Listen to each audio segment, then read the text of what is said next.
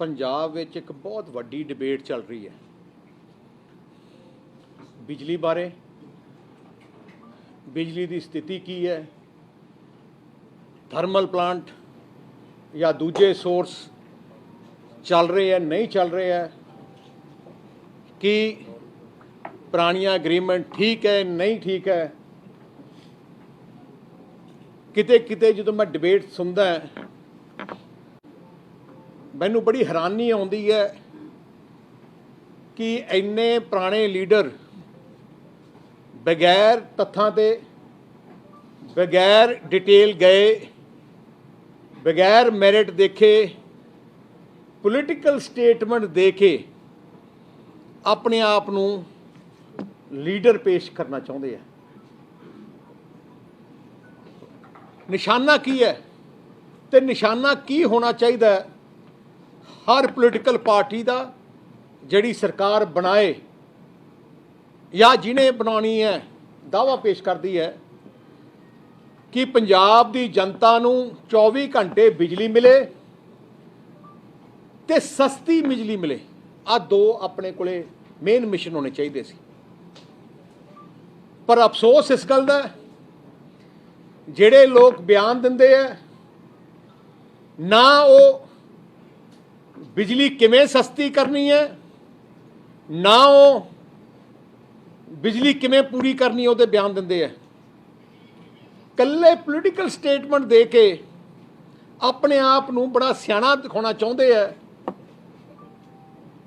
Without merit without thinking. मैं अज सारे पंजाबियों नूं पिछले तकरीबन 15-20 साल का बिजली का की माहौल सी ते कित्थे लैके गए ते अज की हालात है मैं सारिਆਂ ਨੂੰ दसना चाहना है। 2002 कैप्टन अमरिंदर सिंह मुख्यमंत्री बने 2002 उदों पंजाब विच 6000 मैगावाट की प्रोडक्शन होंदी सी, बिजली पैदा पंजाब करता 6000 ते शॉर्टफॉल सी बहुत वड्डी। जो 2007 आई जो 5 साल खत्म हुए कैप्टन अमरिंदर सिंह दे बिजली की डिमांड 9000 मैगावाट बन गई। प्रोडक्शन 6000 सी डिमांड 9000 बन गई। एक 5 साल कैप्टन अमरिंदर सिंह ने एक नवा थर्मल प्लांट या कोई सोलर या कोई भी साधन नहीं बनाया जिहदे नाल कोई बिजली पैदा हो जाए। 1 मैगावाट 5 साल कैप्टन ने नहीं जोड़िया। होया कि उहदे बाद तुसीं जानदे हो 2007 विच 8-8 घंटे बिजली दे घरां दे कट लगदे सी। ट्यूबलां नूं मसा 2-3 घंटे बिजली आउंदी सी। 4-4 दिन इंडस्ट्री दे बिजली दे कट बनदे सी।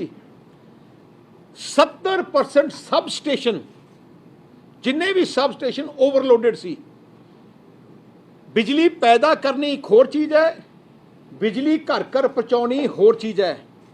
बिजली जिन्नी मर्जी पैदा कर दो पर थोड़े कोले जे इंफ्रास्ट्रक्चर घर घर पहुँचाने का नहीं, सब स्टेशन ठीक नहीं, कैपेसिटी दे नहीं, तुसी जिन्नी मर्जी प्रोड्यूस कर लो या बाहरों खरीदने की कोशिश करो बिजली नहीं पहुँचा सकते क्योंकि थोड़े ग्रिड छोटे है।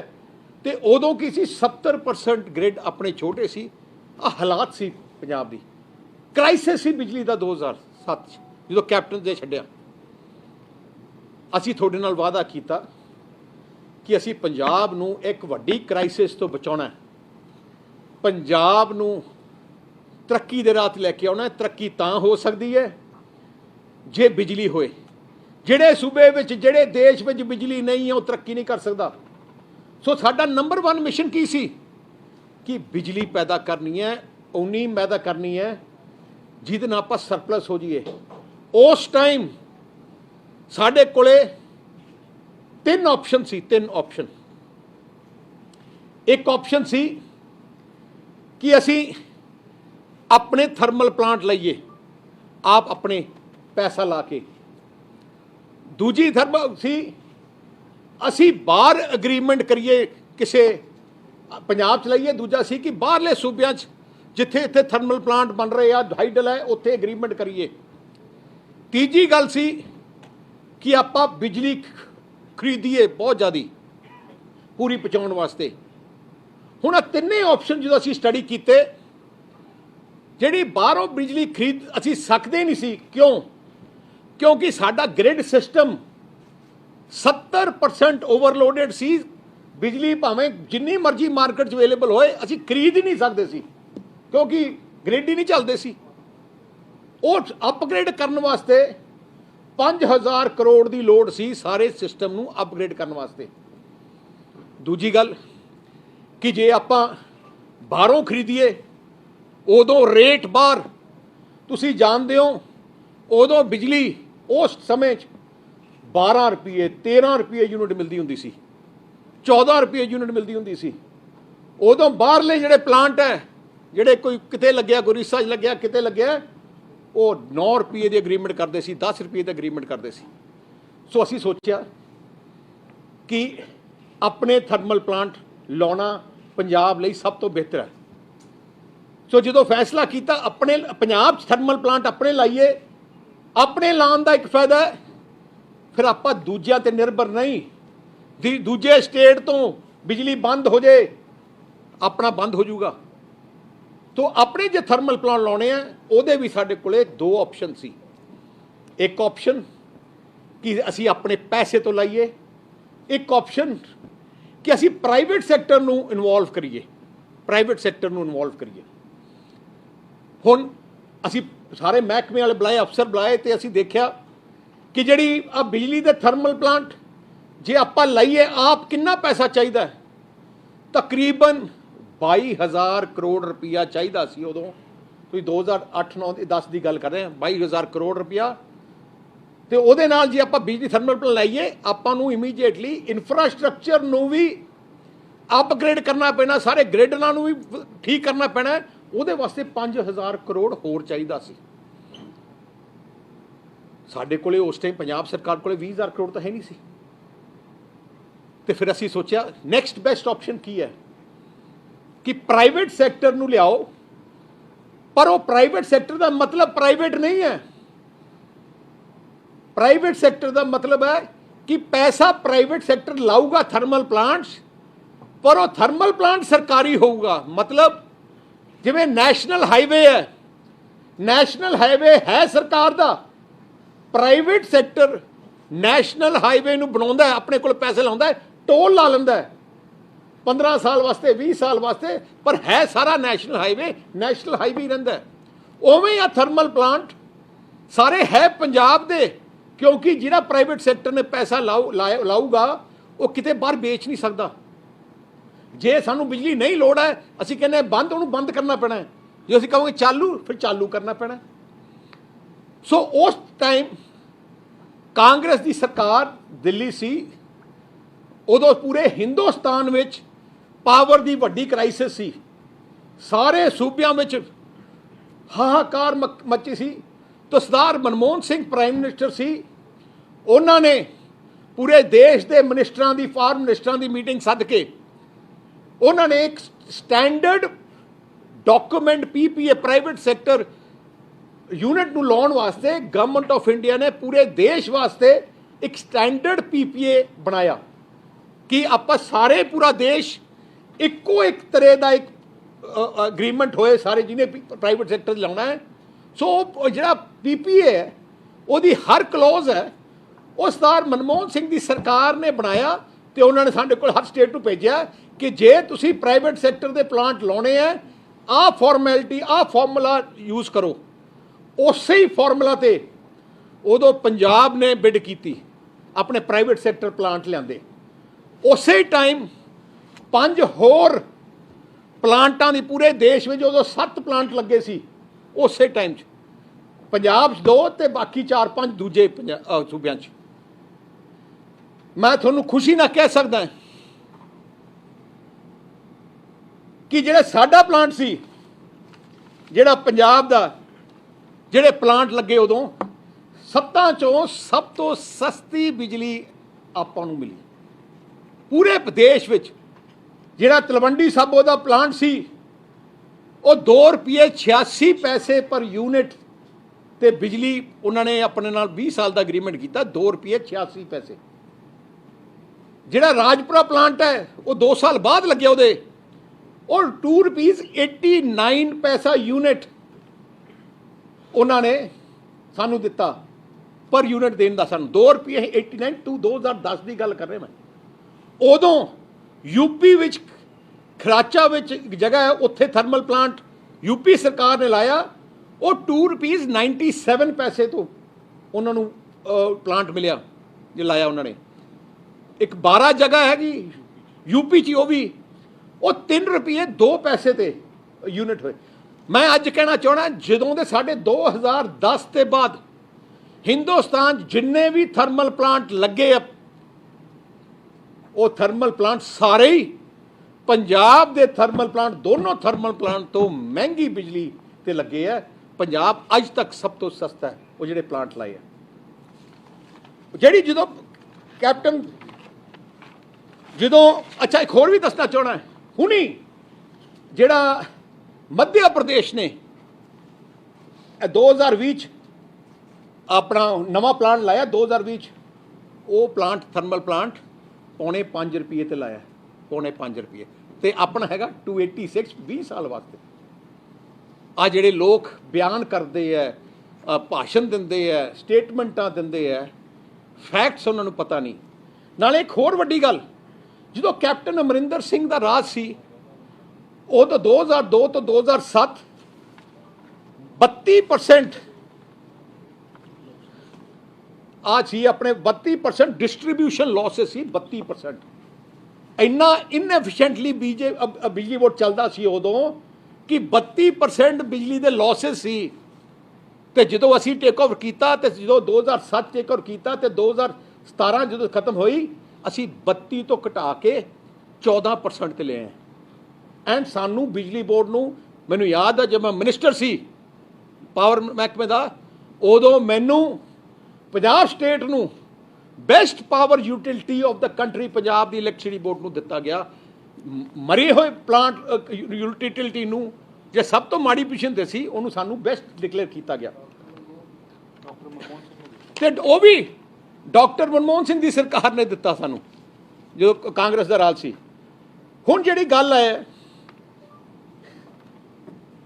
2 ਕੁਐਸਚਨ 3 ਕੁਐਸਚਨ ਜਿਹੜੇ ਰੋਜ਼ ਉਠਾਉਂਦੇ ਆ ਜਿੰਨੇ ਆਮ ਆਦਮੀ ਪਾਰਟੀ ਵਾਲੇ ਤੇ ਕਾਂਗਰਸ ਵਾਲੇ ਆ ਉਹ 2-3 ਕੁਐਸਚਨ ਸਵਾਲ ਪੁੱਛਦੇ ਆ।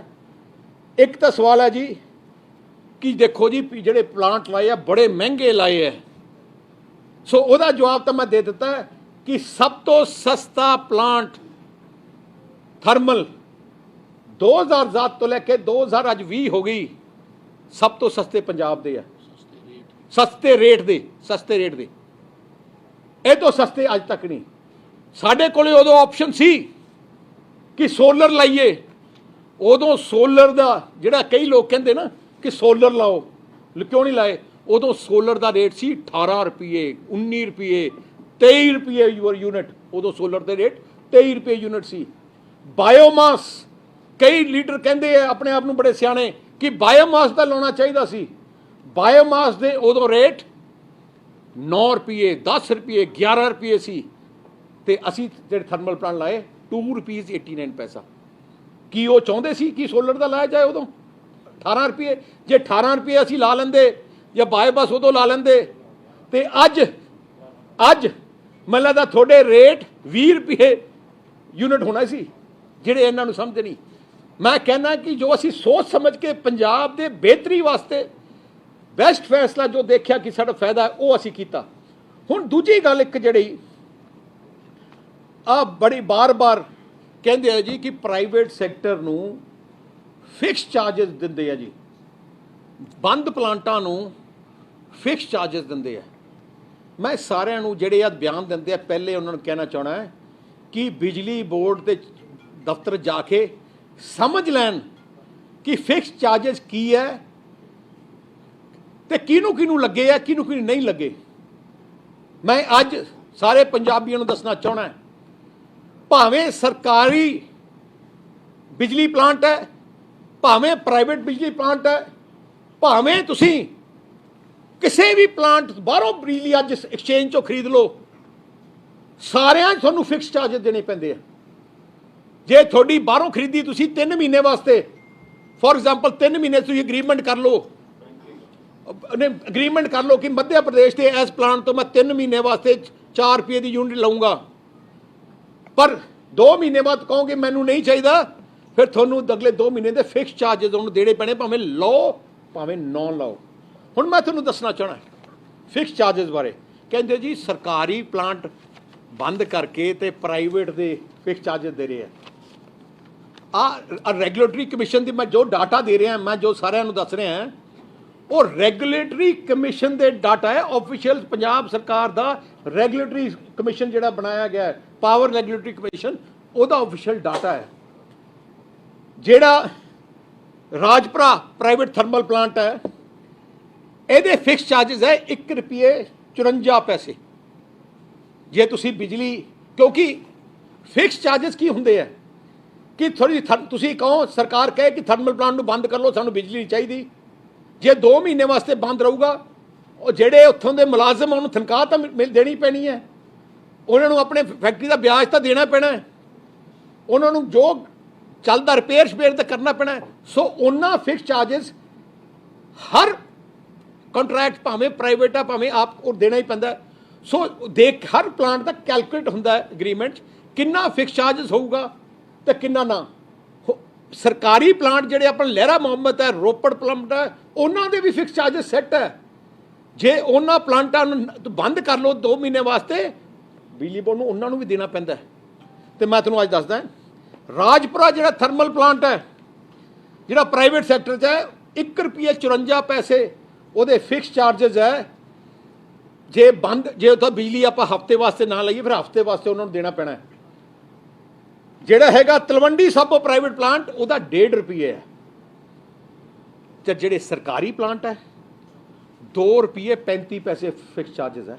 2 ਰੁਪਏ 35। ਆ ਮੈਂ ਤੁਹਾਨੂੰ ਰੈਗੂਲੇਟਰੀ ਕਮਿਸ਼ਨ ਦੀ ਡਾਕੂਮੈਂਟ ਹੈ, ਮੈਂ ਤੁਹਾਨੂੰ ਦੱਸ ਦਿੰਦਾ 2019 ਤੇ 20 ਵਿੱਚ ਸਰਕਾਰੀ ਜਿਹੜੇ ਲਹਿਰਾ ਮੁਹੱਬਤ ਹੈ, ਰੋਪੜ ਥਰਮਲ ਪਲਾਂਟ ਹੈ, ਤੇ ਬਠਿੰਡੇ ਵਾਲਿਆਂ ਨੇ ਬੰਦ ਕਰ ਦਿੱਤਾ ਐਤੀ, ਕਿਉਂਕਿ ਉਹਦੇ ਫਿਕਸ ਚਾਰਜਸ ਨਹੀਂ ਲੱਗ ਰਹੇ, ਕਿਉਂਕਿ ਉਹ ਤਾਂ ਜਮਾ ਹੀ ਡਿਸਮੈਂਟਲ ਕਰਤਾ, ਉਹਦੇ ਸਟਾਫ ਵੀ ਕਰਤਾ, ਇਸ ਕਰ ਸੈਲਰੀਜ਼ ਹੈ ਨਹੀਂ। 950 ਕਰੋੜ ਰੁਪਇਆ 19-20 ਉਹਨਾਂ ਨੇ ਫਿਕਸ ਚਾਰਜਸ ਸਰਕਾਰੀ ਪਲਾਂਟਾਂ ਨੂੰ, ਪੰਜਾਬ ਇਲੈਕਟ੍ਰਿਸਿਟੀ ਬੋਰਡ ਨੇ ਸਰਕਾਰੀ ਪਲਾਂਟਾਂ ਨੂੰ ਦਿੱਤੇ ਹੈ 950 ਕਰੋੜ। ਕੱਲੇ ਥਰਮਲ ਦੀ ਗੱਲ ਕਰ ਰਿਹਾ ਮੈਂ, ਕੱਲੇ ਥਰਮਲ ਦੀ। 2018-19 'ਚ ਉਦੋਂ ਬਠਿੰਡਾ ਪਲਾਂਟ ਚੱਲਦਾ ਸੀ ਇਹਨਾਂ ਦਾ, ਉਦੋਂ 1230 ਕਰੋੜ ਰੁਪਇਆ ਉਹਨਾਂ ਨੇ ਦਿੱਤਾ, 1230 ਕਰੋੜ। 2017-18 1244 ਕਰੋੜ, 2016-17 ਵਿੱਚ 1600 ਕਰੋੜ ਰੁਪਇਆ ਆਪਣੇ ਥਰਮਲ ਪਲਾਂਟਾਂ ਨੂੰ ਬਿਜਲੀ ਮਹਿਕਮੇ ਨੇ ਆਪਣੀ ਰੈਵਨਿਊ 'ਚ ਦਿੱਤਾ ਫਿਕਸ ਚਾਰਜਸ।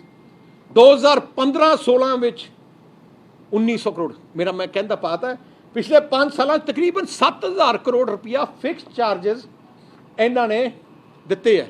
ਹੁਣ ਬਿਜਲੀ ਕੱਲੀ ਆਪਣੇ ਥਰਮਲ ਪਲਾਂਟ, ਜਿਹੜੇ ਆਪਣੇ ਥਰਮਲ ਪਲਾਂਟ ਹੈ, ਕੱਲੀ ਬਿਜਲੀ ਇਹਨਾਂ ਤੋਂ ਬਾਹਰੋਂ ਵੀ ਖਰੀਦਦੇ ਆ। ਆਪਾਂ ਯੂਪੀ, ਹਿਮਾਚਲ, ਵੈਸਟ ਬੰਗਾਲ, ਝਾਰਖੰਡ, ਜਿਵੇਂ ਦੁਰਗਾਪੁਰ ਉਹਨਾਂ ਦੇ ਆ, ਉੱਥੇ ਵੀ ਆਹ ਲਿਸਟ ਹੈ ਫਿਕਸ ਚਾਰਜਸ ਦੀ। ਨੈਸ਼ਨਲ ਗ੍ਰਿਡ ਤੋਂ ਫਿਕਸ ਚਾਰਜਸ ਆ। ਜੇ ਤੁਸੀਂ ਜਿਵੇਂ ਅੱਜ ਖਰੀਦੀ ਦਾ, ਜੇ ਤੁਸੀਂ ਕਹੋਗੇ ਐਡਵਾਂਸ ਖਰੀਦੋਗੇ, ਤੁਸੀਂ 6 ਮਹੀਨੇ ਵਾਸਤੇ ਖਰੀਦੋਗੇ ਜਾਂ 3 ਮਹੀਨੇ ਵਾਸਤੇ ਖਰੀਦੋਗੇ। ਬੈਂਕਿੰਗ ਮਤਲਬ ਹੋਰ ਹੈ। ਬੈਂਕਿੰਗ ਦਾ ਮਤਲਬ ਹੈ ਤੁਸੀਂ ਆਪਣੀ ਬਿਜਲੀ ਦੇ ਦਿਓ, ਤੇ ਜਦੋਂ ਆਪਣੀ ਬਿਜਲੀ ਲੋੜ ਹੈ ਵਾਪਸ ਲਓ, ਉਹ ਗੱਲ ਹੋ ਰਿਹਾ, ਉਹ ਤਾਂ ਆਪਣੀ ਦੇਣੀ ਪੈਂਦੀ ਹੈ। ਪਰ ਜੇ ਤੁਸੀਂ ਖਰੀਦੋਗੇ, ਅੱਜ ਤੁਸੀਂ ਖਰੀਦੋਗੇ ਨੈਸ਼ਨਲ ਗ੍ਰਿਡ ਤੋਂ ਕਿ 6 ਮਹੀਨੇ ਵਾਸਤੇ ਮੈਨੂੰ 2000 ਮੈਗਾਵਾਟ ਦਾ ਮੈਂ ਸਾਈਨ ਕੰਟਰੈਕਟ ਕਰਦਾ ਹੈ, ਪਰ ਸਡਨਲੀ ਮੀਂਹ ਪੈ ਗਏ ਤੇ ਬਿਜਲੀ ਦੀ ਡਿਮਾਂਡ ਡਿੱਗ ਪਈ, ਤੁਸੀਂ ਕਹਿੰਦੇ ਨਹੀਂ ਲੈਣਾ, ਉਹ ਕਹਿਣਗੇ 8 ਰੁਪਏ ਤਾਂ ਦੇਣੇ ਪੈਣੇ ਆ ਫਿਕਸ ਚਾਰਜਸ।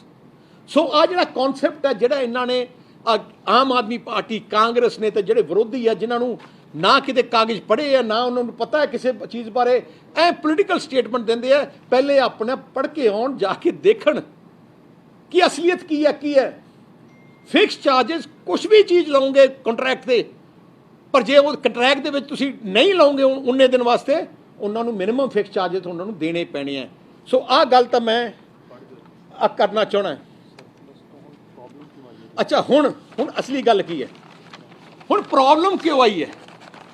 ਮਕਸਦ ਕੀ ਸੀ ਬਾਦਲ ਸਾਹਿਬ ਦਾ ਤੇ ਸਾਡਾ ਮਕਸਦ ਕੀ ਸੀ? ਪੰਜਾਬ ਵਿੱਚ ਘਰ ਘਰ ਵਿੱਚ ਬਿਜਲੀ ਪਹੁੰਚਾਈਏ, ਸਰਪਲਸ ਬਿਜਲੀ ਪਹੁੰਚਾਈਏ, ਸਸਤੀ ਬਿਜਲੀ ਪਹੁੰਚਾਈਏ। ਅਸੀਂ ਜੋ ਥਰਮਲ ਪਲਾਂਟ ਲਾਏ, ਭਾਵੇਂ ਪ੍ਰਾਈਵੇਟ ਹੈ ਭਾਵੇਂ ਕੁਛ ਹੈ, ਸਭ ਤੋਂ ਸਸਤੇ ਹਿੰਦੁਸਤਾਨ 'ਚ ਸਾਡੇ ਸਸਤੇ ਥਰਮਲ ਪਲਾਂਟ ਹੈ। ਦੂਜੀ ਗੱਲ, ਅਸੀਂ ਸਾਡੇ ਟਾਈਮ 'ਚ ਅਸੀਂ ਜਿਹੜਾ ਮੈਂ ਗੱਲ ਕੀਤੀ ਸੀ ਇਨਫਰਾਸਟ੍ਰਕਚਰ ਦੀ, 5000 ਕਰੋੜ ਰੁਪਇਆ ਤਕਰੀਬਨ ਅਸੀਂ ਲਾਇਆ ਸਾਰੇ ਗ੍ਰਿਡਾਂ ਨੂੰ ਅਪਗ੍ਰੇਡ ਕਰਨ ਵਾਸਤੇ। ਸਾਰਾ ਪਾਵਰ ਦਾ ਇਨਫਰਾਸਟ੍ਰਕਚਰ ਅਸੀਂ ਟੌਪ ਲੈਵਲ ਤੇ ਲੈ ਕੇ, ਜੇ ਫॉर ਐਗਜ਼ਾਮਪਲ ਅਸੀਂ 5000 ਕਰੋੜ ਨਾ ਲਾਉਂਦੇ, ਅੱਜ ਉਹ ਹਾਲਾਤ ਹੁੰਦੀ, ਕੈਪਟਨ ਸਾਹਿਬ ਚਾਹੁੰਦੇ ਭਾਵੇਂ 10000 ਕਰੋੜ ਖਜ਼ਾਨੇ 'ਚੋਂ ਕੱਢ ਕੇ ਕਿ ਸਾਨੂੰ 5000 ਮੈਗਾਵਾਟ ਬਿਜਲੀ ਚਾਹੀਦੀ ਹੈ, ਖਰੀਦ ਨਹੀਂ ਸਕਦੇ ਸੀ, ਕਿਉਂਕਿ ਆਉਣੀ ਨਹੀਂ ਸੀ, ਗ੍ਰਿਡ ਸਿਸਟਮ ਹੀ ਨਹੀਂ ਸੀ। ਸਾਨੂੰ ਵਧਾਈ ਦੇਣੀ ਚਾਹੀਦੀ ਹੈ ਕੈਪਟਨ ਅਮਰਿੰਦਰ ਸਿੰਘ ਨੂੰ ਕਿ ਜੋ ਅਸੀਂ ਕੰਮ ਕਰ ਗਏ, ਨਾ ਪਹਿਲੇ ਹੋਇਆ ਪੰਜਾਬ 'ਚ, ਨਾ ਇਹਨਾਂ ਨੇ ਕੀਤਾ। 5000 ਕਰੋੜ ਲਾ ਕੇ ਆਏ ਜਾਂ ਨੈਟਵਰਕ ਕੀਤਾ ਗ੍ਰਿਡਾਂ ਦਾ ਸਿਸਟਮ ਕਿ ਅੱਜ ਸਾਰੇ ਗ੍ਰਿਡ ਓਵਰਲੋਡ ਦੀ ਬਗੈਰ ਅੰਡਰਲੋਡਡ ਹੈ। ਤਾਈਓ ਤੁਸੀਂ ਦੇਖਿਆ ਹੁਣ ਬਿਜਲੀ ਅਸੀਂ ਆਪਣੇ ਟੈਨਿਓਰ 'ਚ ਜੋ ਵਾਅਦਾ ਕੀਤਾ ਪੂਰੀ ਕੀਤੀ, ਬਿਜਲੀ ਸਰਪਲਸ ਕੀਤੀ, ਸਸਤੀ ਕੀਤੀ। ਅਸੀਂ ਟਿਊਬਲਾਂ ਦੇ ਬਿੱਲ ਮਾਫ ਕੀਤੇ, 200 ਗਰੀਬ ਨੂੰ 200 ਯੂਨਿਟ ਬਿਜਲੀ ਮਾਫ ਕੀਤੀ, BC ਨੂੰ ਬਿਜਲੀ ਮਾਫ ਕੀਤੀ। ਇੰਡਸਟਰੀ ਦੇ ਰੇਟ ਉਸ ਟਾਈਮ ਸਾਰੇ ਹਿੰਦੁਸਤਾਨ ਤੋਂ ਸਭ ਤੋਂ ਘੱਟ ਦਿੱਤੇ ਤੇ ਐਫੀਸ਼ੀਐਂਟਲੀ ਬਿਜਲੀ ਆਉਂਦੀ ਸੀ। ਪਰ ਕਾਂਗਰਸ ਨੇ ਕੀ ਕੀਤਾ? ਔਨਸਾਰ ਆਹ ਕਹਾਣੀ ਅੱਜ ਹਾਲਾਤ ਕਿਉਂ ਵਿਗੜੇ ਆ? ਜਿਵੇਂ ਮੈਂ ਕਿਹਾ, ਹਰ ਸਾਲ ਤਕਰੀਬਨ 500 ਮੈਗਾਵਾਟ ਬਿਜਲੀ ਹਰ ਸਾਲ ਡਿਮਾਂਡ ਵੱਧਦੀ ਹੈ। ਜਿਵੇਂ 2017 ਜਦੋਂ ਅਸੀਂ ਛੱਡਿਆ, ਉਦੋਂ 12,500 ਮੈਗਾਵਾਟ ਸਾਡੀ ਡਿਮਾਂਡ ਸੀ ਪੰਜਾਬ ਦੀ। ਜਦੋਂ ਸਾਡੀ 13,000 ਤੋਂ ਵੱਧ ਅਸੀਂ ਪ੍ਰੋਡਿਊਸ ਕਰਦੇ ਸੀ, ਸਾਡਾ ਸਰਪਲਸ ਸੀ, ਕੋਈ ਕੱਟ ਨਹੀਂ ਸੀ, ਕੋਈ ਤੁਹਾਨੂੰ ਜਨਰੇਟਰ ਲਾਉਣ ਦੀ ਲੋੜ ਨਹੀਂ ਸੀ। ਨਾਲੇ ਵੱਡੀ ਗੱਲ ਹੈ, ਜਨਰੇਟਰ ਤੁਸੀਂ ਲਾਏ ਹੁੰਦੇ ਸੀ, ਉਦੋਂ ਤੁਸੀਂ ਇੱਕ ਜਨਰੇਟਰ ਤੋਂ ਬਿਜਲੀ 16 ਰੁਪਏ 17 ਰੁਪਏ 18 ਰੁਪਏ ਦੀ ਪੈਂਦੀ ਸੀ। ਜਿਹੜੇ ਤੁਹਾਡੇ ਘਰਾਂ 'ਚੋਂ ਅਸੀਂ ਘਰਾਂ ਤੋਂ ਜਨਰੇਟਰ ਵੀ ਘਟਾ ਦਿੱਤੇ ਤੇ ਉਹ ਜਿਹੜੇ ਦੂਜੇ ਹੈਗੇ ਇਨਵਰਟਰ ਵੀ ਘਟਾਤੇ। ਹੁਣ ਕੀ ਹੋਇਆ? ਪਿਛਲੇ 5 ਸਾਲਾਂ 'ਚ 12,500 ਮੈਗਾਵਾਟ ਸਾਡੀ ਬਿਜਲੀ ਸੀ, ਅਸੀਂ 13,000 ਪ੍ਰੋਡਿਊਸ ਕਰਦੇ ਸੀ, 500 ਮੈਗਾਵਾਟ ਸਾਡੀ ਸਰਪਲਸ ਸੀ। ਹਰ ਸਾਲ 500 ਮੈਗਾਵਾਟ ਹੋਰ ਵੱਧਦੀ ਹੈ। ਅੱਜ 4.5 ਸਾਲ ਬਾਅਦ ਤੁਸੀਂ ਅਖਬਾਰ 'ਚ ਵੀ ਦੇਖਿਆ ਹੋਣਾ, ਅੱਜ ਡਿਮਾਂਡ 14,500 ਹੈ ਬਿਜਲੀ ਦੀ ਡਿਮਾਂਡ ਮੈਗਾਵਾਟ, 14,500 ਮੈਗਾਵਾਟ, ਪਰ ਪ੍ਰੋਡਕਸ਼ਨ ਤਾਂ ਉਨੀ ਹੈ 13,000। ਕੈਪਟਨ ਨੇ ਤਾਂ ਇੱਕ ਯੂਨਿਟ ਹੀ ਨਹੀਂ ਬਣਾਇਆ, ਇੱਕ ਨਵਾਂ ਐਡ ਵੀ ਨਹੀਂ ਕੀਤਾ। ਐਡ ਕੀ ਕਰਨਾ ਸੀ? ਬਠਿੰਡੇ ਦਾ ਥਰਮਲ ਪਲਾਂਟ ਬੰਦ ਕਰ ਦਿੱਤਾ, ਰੋਪੜ ਦੇ 2 ਯੂਨਿਟ ਬੰਦ ਕਰ ਦਿੱਤੇ। ਨਾਲੇ ਹੋਰ ਗੱਲ ਹੈ, ਜਿਹੜਾ ਤਲਵੰਡੀ ਸਾਬੋ ਦਾ ਪ੍ਰਾਈਵੇਟ ਪਲਾਂਟ ਹੈ, ਉਹਦੇ 1 ਯੂਨਿਟ ਬੰਦ ਹੋਏ ਨੂੰ ਮਤਲਬ 4 ਮਹੀਨੇ ਹੋ ਗਏ, 5 ਮਹੀਨੇ, ਮਾਰਚ ਦਾ ਬੰਦ ਹੈ। ਕੈਪਟਨ ਨੇ ਨਹੀਂ ਚਿੱਠੀ ਲਿਖੀ ਆ, ਪਤਾ ਕੀਤਾ ਕਿ ਸਾਡਾ ਹੁਣ ਗਰਮੀਆਂ ਆਉਣ ਲੱਗੀ ਹੈ, ਝੋਨੇ ਦਾ ਸੀਜ਼ਨ ਆਣਾ, ਕੋਈ ਆਟ ਕਰੋ। ਹੁਣ ਦੂਜਾ ਵੀ ਰੋਪੜ ਦਾ ਬੰਦ ਹੋ ਗਿਆ। ਕਾਰਨ ਅੱਜ ਜੋ ਤਬਾਹੀ ਲਿਆਂਦੀ ਹੈ ਕੈਪਟਨ ਅਮਰਿੰਦਰ ਸਿੰਘ ਦੀ ਨਲਾਇਕੀ ਹੈ। ਜਿਵੇਂ 2002 ਤੋਂ 2007 ਬਿਜਲੀ ਦੀ ਸ਼ਾਰਟੇਜ ਕੈਪਟਨ ਨੇ ਕਰਕੇ ਹੋਈ ਹੈ, ਅੱਜ ਤੁਹਾਡੀਆਂ ਘਰਾਂ 'ਚ ਕੱਟ ਹੈ, ਇੰਡਸਟਰੀ ਬੰਦ ਕਰਤੀ 3 ਦਿਨ। ਦੇਖੋ ਕਿੰਨਾ ਅਰਬਾਂ ਰੁਪਏ ਦਾ ਨੁਕਸਾਨ ਪੰਜਾਬ ਦੀ ਇੰਡਸਟਰੀ ਦਾ, ਵਪਾਰ ਦਾ ਹੋ ਗਿਆ। ਜੇ ਕੈਪਟਨ ਅਮਰਿੰਦਰ ਸਿੰਘ ਨਲਾਇਕ ਨਾ ਹੁੰਦਾ, ਜੇ ਸਾਡੀ ਸਰਕਾਰ ਹੁੰਦੀ ਤੇ ਲਗਾਤਾਰ ਅਸੀਂ ਹੋਰ ਪਲਾਂਟ ਹਰ 2 ਸਾਲ 3 ਸਾਲ ਵੱਲ ਐਡ ਕਰਦੇ ਨੇ ਜੀ, 500 600। ਜਦੋਂ ਅਸੀਂ ਲਾਇਆ ਸਾਨੂੰ ਤਾਂ 4-5 ਹਜ਼ਾਰ ਮੈਗਾਵਾਟ ਲਾਉਣਾ ਪਿਆ ਇੱਕਦਮ, ਕਿਉਂਕਿ ਇੰਨੀ ਸੀ। ਹੁਣ ਤਾਂ ਇਕੱਲੇ 500 600 ਮੈਗਾਵਾਟ ਹਰ 3 ਸਾਲ ਵੱਲ ਲਾਈ ਚਲੋ, ਤੁਹਾਡਾ 4 ਸਾਲ ਵੱਲ ਲਾਈ ਜਾਓ, ਆਟੋਮੈਟਿਕ ਤੁਹਾਡੀ ਡਿਮਾਂਡ ਪੂਰੀ ਹੁੰਦੀ ਹੈ। ਹੁਣ ਇਹਨਾਂ ਨੇ, ਨਾਲੇ ਵੱਡੀ ਗੱਲ ਹੈ, ਹੁਣ ਇਹਨਾਂ ਕੋਲੇ ਇੱਕ ਆਪ ਗੱਲ ਕੀਤੀ, ਦੂਜੀ ਬਿਜਲੀ ਬੋਰਡ ਨੂੰ ਪੈਸਾ ਹੀ ਨਹੀਂ ਦਿੱਤਾ। 5000 ਕਰੋੜ ਰੁਪਇਆ ਬਿਜਲੀ ਬੋਰਡ ਦਾ ਪੰਜਾਬ ਸਰਕਾਰ ਨੇ ਸਬਸਿਡੀ ਦੇਣੀ ਹੈ, ਨਹੀਂ ਦਿੱਤਾ। ਮੈਂ ਚੇਅਰਮੈਨ ਨੂੰ ਪੁੱਛਿਆ, ਮੈਂ ਕਿਹਾ ਤੁਸੀਂ ਰਿਪੇਅਰ ਕਿਉਂ ਨਹੀਂ ਕਰ ਰਹੇ? ਟਰਾਂਸਫਾਰਮਰ ਫੁਕੇ ਪਏ, ਤੁਸੀਂ ਠੀਕ ਕਿਉਂ ਨਹੀਂ ਕਰ ਰਹੇ, ਲਾਈਨਾਂ ਟੁੱਟੀਆਂ ਪਈਆਂ ਠੀਕ ਨਹੀਂ ਕਰ, ਕਿ ਸਾਡੇ ਕੋਲ ਪੈਸੇ ਹੀ ਹੈ ਨਹੀਂ।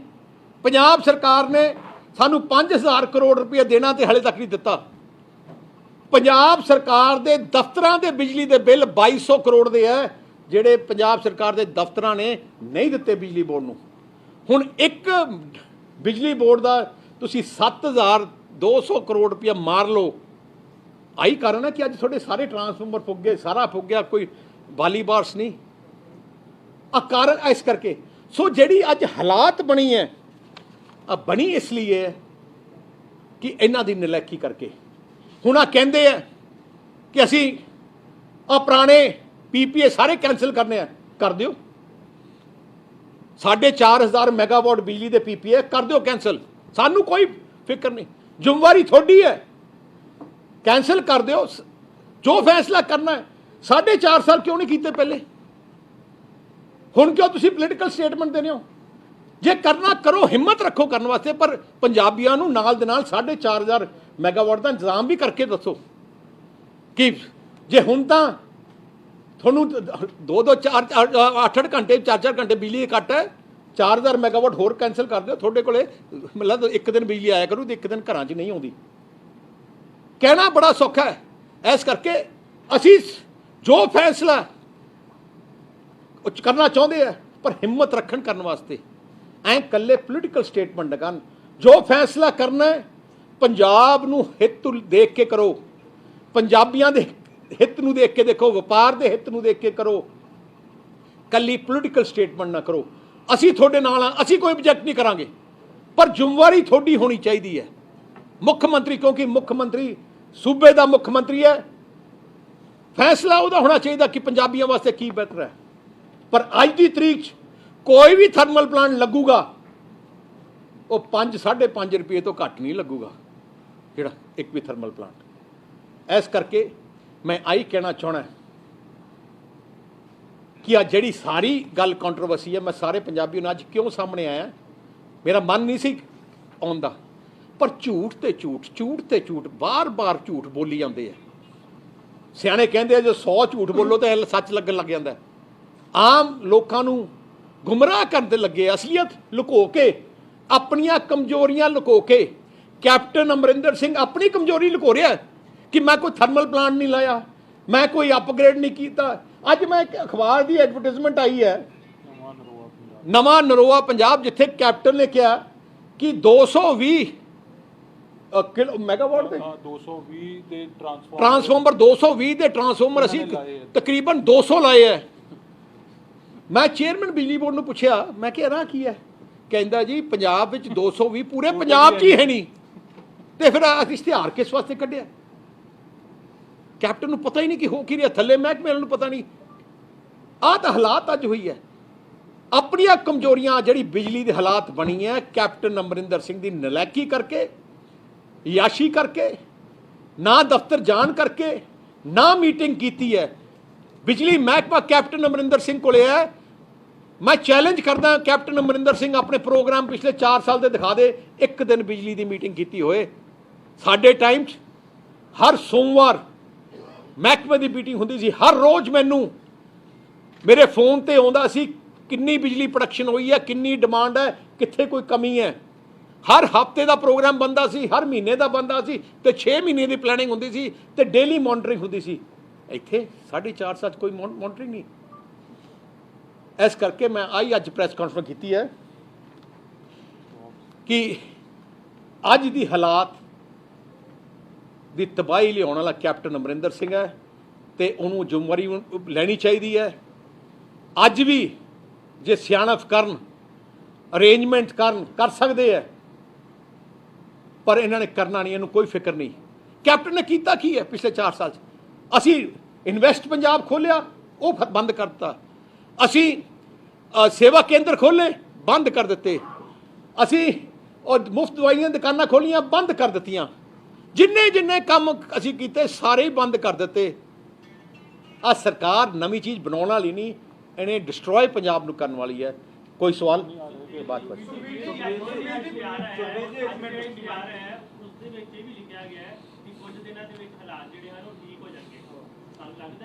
ਉਹ ਤਾਂ ਉਹਨਾਂ ਬਾਰਿਸ਼ ਨੂੰ ਦੇਖ ਰਹੇ ਆ, ਆਪ ਨਹੀਂ ਕੁਝ ਕਰਨਾ ਇਹਨਾਂ ਨੇ।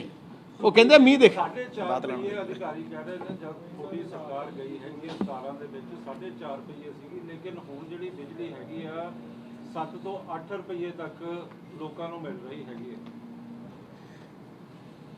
ਤੇ ਇਹਦੇ ਬਾਰੇ ਕੀ? ਇਹਦੇ ਦੋ ਤਿੰਨ ਕਾਰਨ ਹੈ।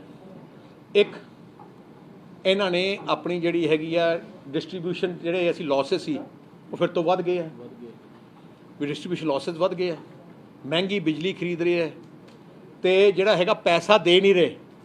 ਹੁਣ ਕੀ ਹੈ, ਜੋ ਰੈਗੂਲੇਟਰੀ ਕਮਿਸ਼ਨ ਦੇਖਦਾ ਹੈ ਕਿ 7000 ਕਰੋੜ ਤਾਂ ਤੁਸੀਂ ਪੇ ਨਹੀਂ ਕੀਤਾ, ਫਿਰ 7000 ਕਰੋੜ ਦਾ ਵਿਆਜ ਜੋੜ ਲੈਂਦੇ ਆ ਰੈਗੂਲੇਟਰੀ ਕਮਿਸ਼ਨ। ਆ ਬੇਸਿਕਲੀ ਜਿਹੜੇ ਆ ਉਹਨਾਂ ਦੀ ਆਪਣੀ ਨਲਾਇਕੀ ਕਰਕੇ ਆ, ਰੇਟ ਵਧੀ ਜਾਂਦੇ ਆ। ਜੇ ਅਸੀਂ ਸਸਤੀ ਬਿਜਲੀ ਦੇ ਸਕਦੇ ਹਾਂ, 24 ਘੰਟੇ ਵੇਚ ਸਕਦੇ ਆ, 5 ਸਾਲ 'ਚ ਇਹਨਾਂ ਨੂੰ ਢਾਂਚਾ ਵਿਗੜਦਾ, ਇਹਨਾਂ ਦੀ ਨਲਾਇਕੀ ਹੈ। ਭਗਵੰਤ ਮਾਨ ਨੇ ਕਿਹਾ ਕਿ ਸਾਡੀ ਸਰਕਾਰ ਦੀ ਪਹਿਲੀ ਕੈਬਨਿਟ ਦੇ ਵਿੱਚ ਹੀ ਇਹਨਾਂ ਨੂੰ ਰੱਦ ਕਰ ਦੇਵਾਂਗੇ ਅਸੀਂ ਜਿਹੜੇ ਪੀਡੀਓ ਦੇ ਸਮਝੌਤੇ ਕੀਤੇ ਹੋਏ। ਮੈਂ ਕਹਿੰਦਾ ਪਹਿਲੀ ਗੱਲ ਤਾਂ ਕੈਬਨਿਟ ਬਣਨੀ ਨਹੀਂ ਉਹਨਾਂ ਦੀ। ਆਪਣੀ ਏ ਟੀਮ। ਦੂਜੀ ਗੱਲ ਆਈ ਬਿਆਨ ਕੇਜਰੀਵਾਲ ਨੇ, ਜਦੋਂ ਕੇਜਰੀਵਾਲ ਮੁੱਖ ਮੰਤਰੀ ਬਣਿਆ ਉਹਨੇ ਕਿਹਾ ਸੀ ਦਿੱਲੀ ਦੀ ਸਰਕਾਰ 'ਚ ਅਸੀਂ ਦਿੱਲੀ ਦੇ ਪ੍ਰਾਈਵੇਟ ਸੈਕਟਰ ਦੇ ਸਾਰੇ ਐਗਰੀਮੈਂਟ ਰੱਦ ਕਰਾਂਗੇ। ਕੇਜਰੀਵਾਲ ਨੇ ਅੱਜ ਤੱਕ ਕਿਉਂ ਨਹੀਂ ਕੀਤੇ? ਉਦੋਂ ਵੀ ਅਡਾਨੀ ਅੰਬਾਨੀ ਦੇ ਸੀ, ਉਦੋਂ ਕਿਉਂ ਨਹੀਂ ਕੀਤੇ? ਅੱਜ 10 ਸਾਲ ਹੋ ਗਏ ਉਹਨੂੰ, 7-8 ਸਾਲ, ਕਿਉਂ ਨਹੀਂ ਕੀਤੇ? ਆਹ ਤਾਂ ਇਕੱਲੇ ਝੂਠ ਬੋਲੇ ਜਿੰਨਾ ਮਰਜ਼ੀ ਕਰ ਲਓ। ਕੇਜਰੀਵਾਲ ਦੇ ਬਿਆਨ ਨੇ ਵੀ 600 ਯੂਨਿਟ ਤਾਂ ਅਸੀਂ ਫ੍ਰੀ ਦੇਵਾਂਗੇ। ਮੈਂ ਹੁਣ ਕੇਜਰੀਵਾਲ ਸਾਹਿਬ ਨੇ ਕਿਹਾ ਨੇ, ਕੇਜਰੀਵਾਲ ਨੇ ਕਿਹਾ ਕਿ 300 ਯੂਨਿਟ ਮੈਂ ਕੇਜਰੀਵਾਲ ਨੇ ਕਿਹਾ 300 ਯੂਨਿਟ ਮੈਂ ਫ੍ਰੀ ਕਰੂੰਗਾ। ਜਦੋਂ ਮੀਡੀਆ ਨੇ ਪੁੱਛਿਆ ਕਿ 300 ਤੋਂ 1 ਯੂਨਿਟ ਵੱਧ ਗਿਆ, ਕੀ ਜਵਾਬ ਸੀ ਕਿ ਸਾਰੇ ਤੇ ਲਾਉਂਗਾ। ਭਗਵੰਤ ਮਾਨ ਨਾਲ ਬੈਠਾ ਸੀ, ਟੋਕਣ ਦੀ ਕੋਸ਼ਿਸ਼ ਕੀਤੀ ਕਿ ਨਹੀਂ ਸਾਡਾ ਤਾਂ ਜਲੂਸ ਨਿਕਲ ਜੂਗਾ, ਪਰ ਉਹਨੇ ਆਪਣਾ ਸਟੈਂਡ ਰੱਖਿਆ ਕੇਜਰੀਵਾਲ ਨੇ ਕਿ ਸਾਰਿਆਂ ਸਾਹਮਣੇ ਫਿਰ ਤੋਂ ਰਿਪੀਟ ਕੀਤਾ ਕਿ ਨਹੀਂ, ਜਿਵੇਂ ਅਸੀਂ ਦਿੱਲੀ 'ਚ ਕੀ ਕਰ ਰਹੇ ਆ, 200 ਯੂਨਿਟ ਦੇ ਰਹੇ ਆ, 200 ਯੂਨਿਟ 'ਚ 1 ਯੂਨਿਟ ਉੱਤੇ ਹੋ ਜੇ 200 ਦੇ ਪੈਸੇ ਦੇਣੇ ਪੈਂਦੇ ਆ, ਤੇ ਉਵੇਂ ਹੀ ਹੁਣ 300 ਕਰਨਾ ਚਾਹੁੰਦੇ ਆ।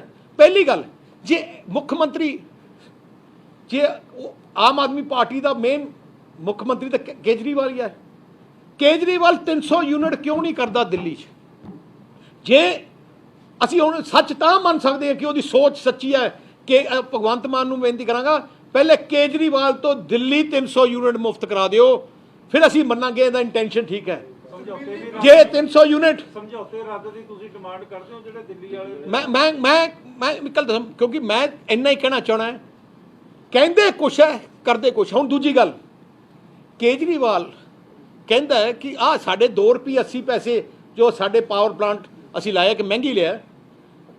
ਕੇਜਰੀਵਾਲ ਕਿਉਂ ਬਿਜਲੀ ਮਹਿੰਗੀ ਦਿੰਦਾ ਦਿੱਲੀ ਪੰਜਾਬ ਨਾਲੋਂ? ਆ ਮੇਰੇ ਕੋਲੇ 2020-21 ਦੇ ਟੈਰਿਫ ਆਰਡਰ ਹੈ, ਤੁਸੀਂ ਹੈਰਾਨ ਰਹਿਣੋਗੇ। ਜਿਹੜਾ ਕਮਰਸ਼ੀਅਲ ਹੈ ਦਿੱਲੀ 'ਚ, ਕਮਰਸ਼ੀਅਲ ਐਕਟੀਵਿਟੀ ਦੇ 12 ਰੁਪਏ ਯੂਨਿਟ ਬਿਜਲੀ ਚਾਰਜ ਕਰਦੇ ਆ ਦਿੱਲੀ ਸਰਕਾਰ, ਕੇਜਰੀਵਾਲ। ਜਿਹੜਾ ਆਪਣੇ ਪੰਜਾਬ 9.5 ਰੁਪਏ ਹੈ, 12 ਰੁਪਏ ਕੇਜਰੀਵਾਲ। ਟਿਊਬਲਾਂ ਦੇ ਆਪਣੀ ਜ਼ੀਰੋ ਹੈ। ਭਗਵੰਤ ਮਾਨ ਸਾਹਿਬ ਨੂੰ ਪੁੱਛਣਾ ਚਾਹਣਾ ਕਿ ਕੇਜਰੀਵਾਲ ਤੋਂ ਪੁੱਛੋ 4 ਰੁਪਏ 26 ਪੈਸੇ ਕਿਉਂ ਚਾਰਜ ਕਰਦੇ ਆ ਪਰ ਯੂਨਿਟ ਬਿਜਲੀ ਦੇ? ਜਿਹੜੇ ਟਿਊਬਲਾਂ ਦੇ ਬਿੱਲ ਦਿੱਲੀ 'ਚ, ਭਾਵੇਂ ਉੱਥੇ ਥੋੜੇ ਟਿਊਬਲ ਮੁਫਤ ਕਰ ਦੇਣੇ ਚਾਹੀਦੇ ਸੀ, ਕਿਉਂ ਉੱਥੇ 4 ਰੁਪਏ 26 ਪੈਸੇ ਕਰਦੇ ਆ? ਉੱਥੇ ਇੰਡਸਟਰੀ ਨੂੰ 10 ਰੁਪਏ 29 ਪੈਸੇ ਕੇਜਰੀਵਾਲ ਚਾਰਜ ਕਰਦਾ ਹੈ, ਆਪਣੇ ਇੱਥੇ 5 ਰੁਪਏ 6 ਰੁਪਏ ਹੈ। ਕੀ ਆਪਾਂ ਦਿੱਲੀ ਦਾ ਮਾਡਲ ਚਾਹੁੰਦੇ ਆ ਕਿ 6 ਰੁਪਏ ਇੰਡਸਟਰੀ ਜਗ੍ਹਾ 12 ਰੁਪਏ ਚਾਰਜ ਕਰੀਏ, ਕਮਰਸ਼ੀਅਲ 'ਚ ਆਪਾਂ 12 ਰੁਪਏ ਚਾਰਜ ਕਰੀਏ ਤੇ ਐਗਰੀਕਲਚਰ ਸਾਰਿਆਂ ਦੇ ਬਿੱਲ ਲਾ ਲਈਏ? ਆਹ ਦਿੱਲੀ ਦਾ ਮਾਡਲ ਹੈ। ਕਹਿਣਾ ਕੁਛ ਹੈ, ਝੂਠ ਬੋਲ ਕੇ ਝੂਠੇ ਡਰਾਮੇ ਕਰਨੇ। ਸ਼੍ਰੋਮਣੀ ਅਕਾਲੀ ਦਲ ਇੱਕ ਐਜੀ ਪਾਰਟੀ ਹੈ, ਜ਼ਬਾਨ ਦੀ ਪੱਕੀ ਪਾਰਟੀ ਹੈ। ਅਸੀਂ ਜੇ ਕਿਹਾ ਬਿਜਲੀ ਸਰਪਲਸ ਕਰਾਂਗੇ, ਕਰ ਦਿੱਤੀ। ਸਭ ਤੋਂ ਸਸਤੀ ਕੀਤੀ, ਤੁਹਾਡੇ ਘਰਾਂ 'ਚੋਂ ਜਨਰੇਟਰ ਕੱਢ ਦਿੱਤੇ, ਇਨਵਰਟਰ ਕੱਢ ਦਿੱਤੇ। ਜਦੋਂ ਅਸੀਂ ਕਿਹਾ ਸੜਕਾਂ ਬਣਾ ਕੇ ਦੇਵਾਂਗੇ, 4 ਤੋਂ 6 ਲੇਨ ਸੜਕਾਂ ਪੂਰੇ ਪੰਜਾਬ 'ਚ ਬਣਾ ਦਿੱਤੀਆਂ। ਜੇ ਅਸੀਂ ਟਿਊਬਲਾਂ ਦਾ ਬਿੱਲ ਕਹੇ, ਟਿਊਬਲਾਂ ਦੇ ਬਿੱਲ ਮਾਫ ਕਰਨਾ, ਕਰ ਦਿੱਤੇ।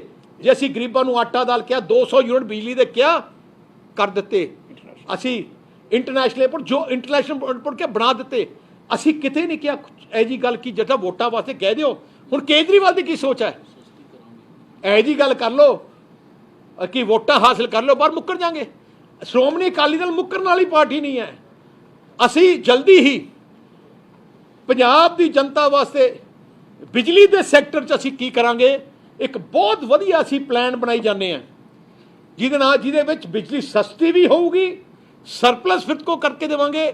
ਤੇ ਮੈਂ ਇੰਨਾ ਕਹਿਣਾ ਚਾਹੁੰਦਾ ਪੰਜਾਬੀਆਂ ਨੂੰ, ਪਰਮਾਤਮਾ ਮਿਹਰ ਕਰੇ ਤੁਸੀਂ ਸਰਕਾਰ ਬਣਾ ਦਿਓ, 1 ਘੰਟਾ ਬਿਜਲੀ ਦਾ ਕੱਟ ਨਹੀਂ ਲੱਗਣ ਦੇਵਾਂਗੇ ਤੇ ਨਾਲੇ ਤੁਹਾਨੂੰ ਸਸਤੀ ਬਿਜਲੀ ਦੇਵਾਂਗੇ। ਪਰ ਐਕਚੁਅਲ ਜੋ ਰੇਟ ਤੇ ਸਾਡੀ ਪਲੈਨਿੰਗ ਚੱਲ ਰਹੀ ਹੈ, ਉਹ ਜਲਦੀ ਅਸੀਂ ਪੰਜਾਬ ਦੀ ਜਨਤਾ ਸਾਹਮਣੇ ਲੈ ਕੇ ਆਵਾਂਗੇ। ਤੁਸੀਂ ਜਿਹੜੇ ਐਗਰੀ ਪੇਸ਼ ਕੀਤੇ ਕਿ 1.5 ਰੁਪਏ ਦੇ ਹਿਸਾਬ ਨਾਲ ਜਾਂ 1.5 2.5 ਰੁਪਏ ਤੁਸੀਂ ਦੱਸਤਾ ਕਿ ਐਗਰੀਮੈਂਟ ਹੋਏ ਆ, ਇਹੀ ਅੰਕੜੇ ਜਦੋਂ ਕਾਂਗਰਸ ਦਾ ਕੋਈ ਮੰਤਰੀ ਜਾਂ ਫਿਰ ਉਹਨਾਂ ਦੇ ਲੀਡਰ ਆ ਕੇ ਦੱਸਦੇ ਆ ਤਾਂ ਉਹ ਅੰਕੜੇ ਕੁਝ ਹੋਰ ਹੁੰਦੇ ਆ। ਮੈਂ ਉਹੀ ਬੇਨਤੀ ਕਰਦਾ, ਮੈਂ ਉਹੀ ਕਹਿਣਾ ਕਿ ਮੈਂ ਮੀਡੀਆ ਨੂੰ ਬੇਨਤੀ ਕਰਨਾ ਪੈਣਾ, ਆਹ ਸਰਕਾਰੀ ਡਾਕੂਮੈਂਟਸ ਹੈ, ਤੁਸੀਂ ਮੈਂ ਤੁਹਾਨੂੰ ਚੈਲੰਜ ਮੈਂ ਕਰਦਾ ਕਿ ਤੁਸੀਂ ਇਨਵੈਸਟੀਗੇਟ ਕਰੋ ਕਿ ਜੇ ਅਸੀਂ ਝੂਠ ਬੋਲੇ। ਤੁਸੀਂ ਐਂ ਕਰੋ ਗੈਪ ਕੀ ਹੈ, ਕੀ ਫਿਰ ਬਿਜਲੀ ਬੋਰਡ ਘਾਟੇ 'ਚ ਆ, ਬਿਜਲੀ ਮਹਿੰਗੀ ਪੈ ਰਹੀ। ਬਿਜਲੀ ਘਾਟੇ 'ਚ ਕਿਉਂ ਹੈ? ਇਨਐਫੀਸ਼ੀਐਂਸੀ ਕਰਕੇ। ਜਦੋਂ ਸਾਡੀ ਸਰਕਾਰ ਸੀ ਅਸੀਂ ਪ੍ਰੋਫਿਟ 'ਚ ਲਿਆਏ ਸੀ, ਅਸੀਂ ਜਦੋਂ ਜਨਰੇਸ਼ਨ ਕਰਤੀ ਸੀ। ਹੁਣ ਸਕੈਮਸ ਕਰੀ ਜਾਂਦੇ ਆ, ਲੁੱਟਣ ਤੇ ਲੱਗੇ ਆ, ਵਾਲੀਵਾਸ ਕੋਈ ਨਹੀਂ ਹੈ। ये कहा जा रहा है कि एग्रीमेंट रद्द ही नहीं हो सकते, क्या ऐसे क्लोज ਮੈਂ ਕਹਿੰਦਾ ਸਰਕਾਰ ਕੁਛ ਮਰਜ਼ੀ ਕਰ ਸਕਦੀ ਹੈ। ਆ ਤੁਸੀਂ ਜਗਨ ਨੇ ਉਹ ਨਹੀਂ ਕੀਤਾ, ਅਮਰਾਵਤੀ ਦਾ ਕੰਟਰੈਕਟ ਬੰਦ ਕਰ ਦਿੱਤਾ। ਜੇ ਗਲਤ ਹੈ ਤੇ ਕਰ ਦਿਓ। ਮੈਂ ਕਹਿੰਦਾ ਜੇ ਗਲਤ ਹੈ, ਜੇ ਸਾਡੀ ਸਰਕਾਰ ਨੇ ਕੋਈ ਫਰਾਡ ਕੀਤਾ, ਕਰਪਸ਼ਨ ਕੀਤਾ, ਪਰਚਾ ਦੇ ਦਿਓ, ਪਰਚਾ ਦੇ ਦਿਓ। ਮੈਂ ਤਾਂ ਚੈਲੰਜ ਕਰਦਾ ਐਗਰੀਮੈਂਟ ਰੱਦ ਕਰਨ ਦਾ ਕਿਸ ਦਾ ਨੁਕਸਾਨ ਹੋਏਗਾ? ਮਹਿਕਮਾ ਛੱਡ ਕੇ ਭੱਜ ਗਿਆ। ਹਾਂ, ਘੋੜੇ ਮੰਤਰੀ